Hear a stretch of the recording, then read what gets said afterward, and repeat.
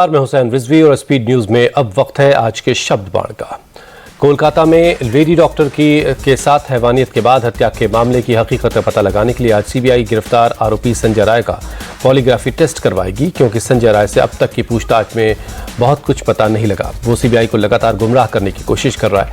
TMC की राज्यसभा सांसद सागरिका घोष ने कहा कि सीबीआई को तुरंत प्रेस कॉन्फ्रेंस करके जनता के सामने सारे तथ्य रखने चाहिए, वरना यह साफ हो जाएगा कि सीबीआई की जांच सिर्फ ममता बनर्जी की सरकार और कोलकाता पुलिस को बदनाम करने का एक बहाना है।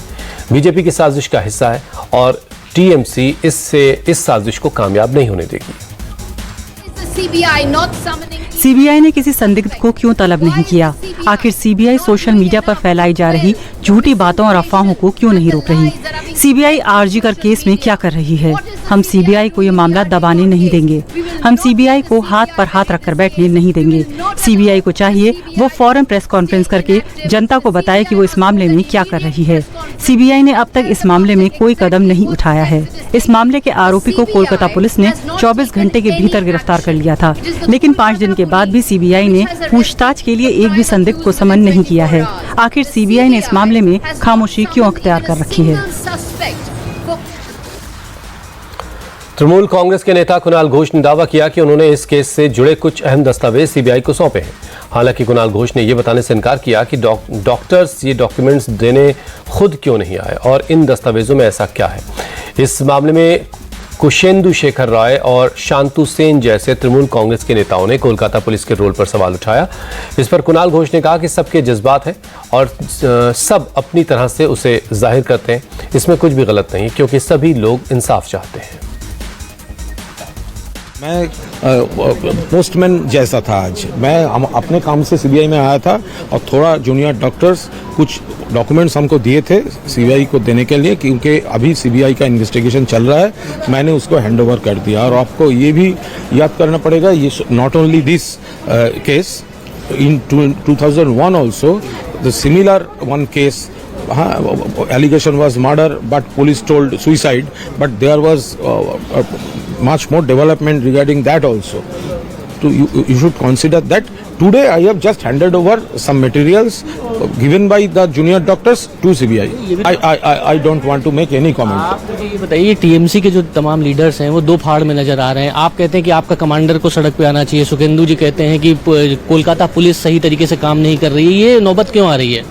देखिए, ये सब लोग की इमोशन में है। एक एक तरफ इमोशन, सुखेंदु जी का इमोशन निकल गया है, लेकिन वो अलर्ट रहना चाहिए। इमोशन तो है, we want justice also, but जिस सीपी ने पूरा काम किया, सीरियसली काम किया, एक्यूज्ड को विद इन 12 आवर्स अरेस्ट किया, उसके बारे में ऐसा नहीं कहना चाहिए। हैरानी की बात यह है कि लोगों के बढ़ते गुस्से से सबक लेने के बजाय टीएमसी के नेताओं ने प्रदर्शन करने वालों को धमकाना शुरू कर दिया है।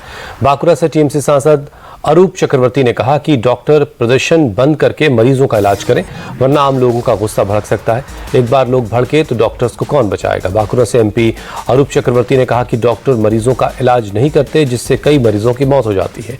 इस वजह से आम लोगों की नाराजगी बढ़ती जा रही है। तृणमूल के खिलाफ अगर लोग कुप्रचार बढ़ाते हैं तो मैं रविंद्र संगीत थोड़ी गाऊंगा।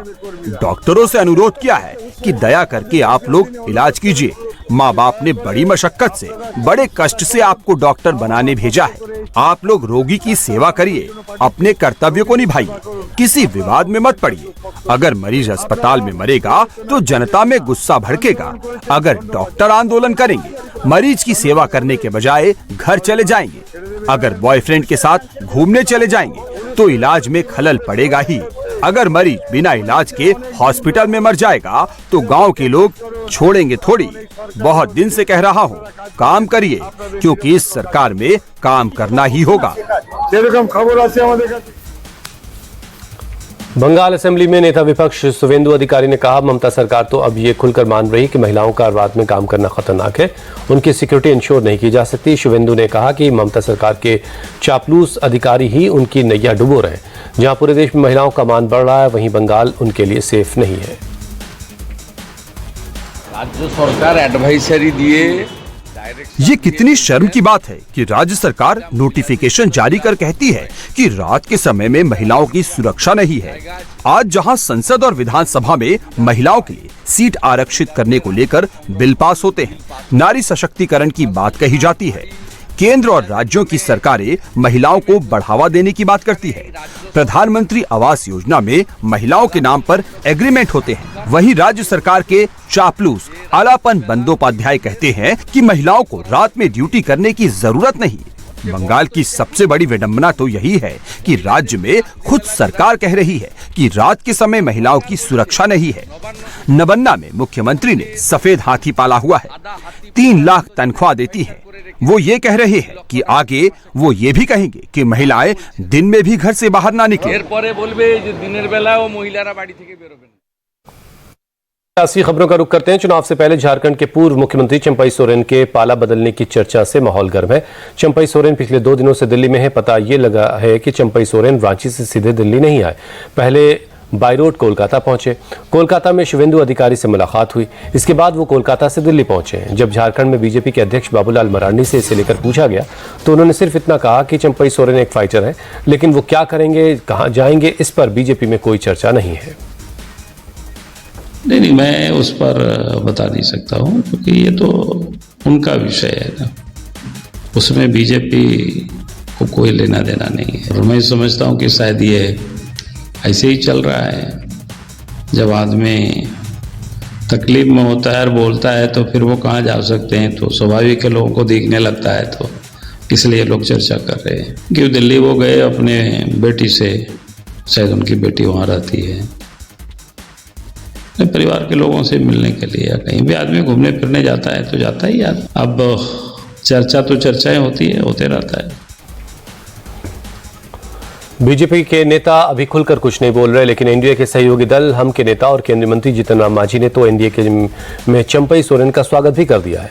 जीतन राम मांझी ने कहा कि चंपई सोरेन एनडीए का हिस्सा बनेंगे या नहीं, ये फैसला तो बड़े नेता करेंगे, लेकिन ये बात सच है कि अगर चंपई सोरेन एनडीए में शामिल होते हैं तो इससे झारखंड में काफी फायदा मिलेगा। देखिए, जहाँ तक स्वागत का सवाल है, हम अपने व्यक्तिगत रूप में उनका स्वागत करेंगे अगर वो एनडीए में आते हैं तो। वैसे एनडीए में आना एनडीए के जो मूर्धन्य नेता लोग हैं उन पर निर्भर करता है, लेकिन मैं व्यक्तिगत रूप में उनको स्वागत करता हूँ, इसीलिए कि हमारे साथ भी लगभग वही परिस्थितियाँ आई थी जो आज चंपई दा के साथ आई है। अगर उनको बनाया गया था तो अगर उनको कहा जाता तो निश्चित रूप में स्टेप डाउन कर देते।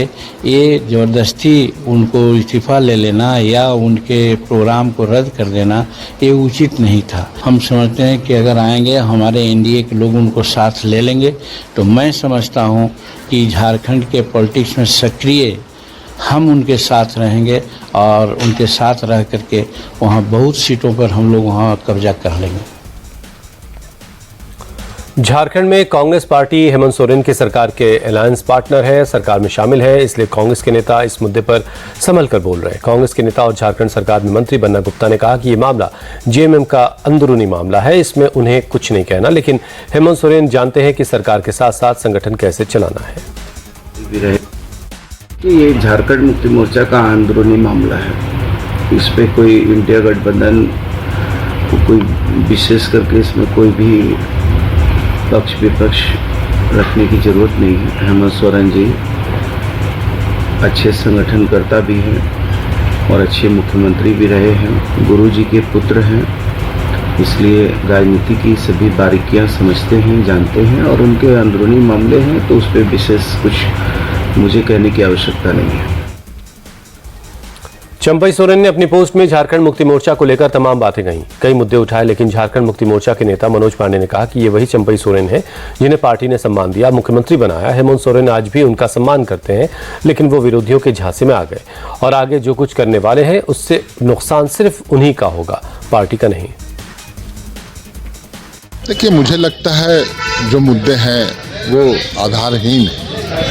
ये विरोधियों के झांसे में फंस गए हैं, विरोधियों के द्वारा दिग्भ्रमित किया जा रहा है, और पार्टी तो जैसे चलती थी वैसे ही चलते आ रही थी, आज भी वैसे ही चल रही है। पार्टी ने जब उन्हें मुख्यमंत्री बनाने की घोषणा की उस समय तो सब कुछ ठीक इनको लगा, आज ऐसी बातें क्यों कर रहे हैं वो। इतना मैं जरूर बोलूँगा कि ये जो कदम है उनका वो आत्मघाती कदम है, ये नुकसान उनको पहुँचाएगा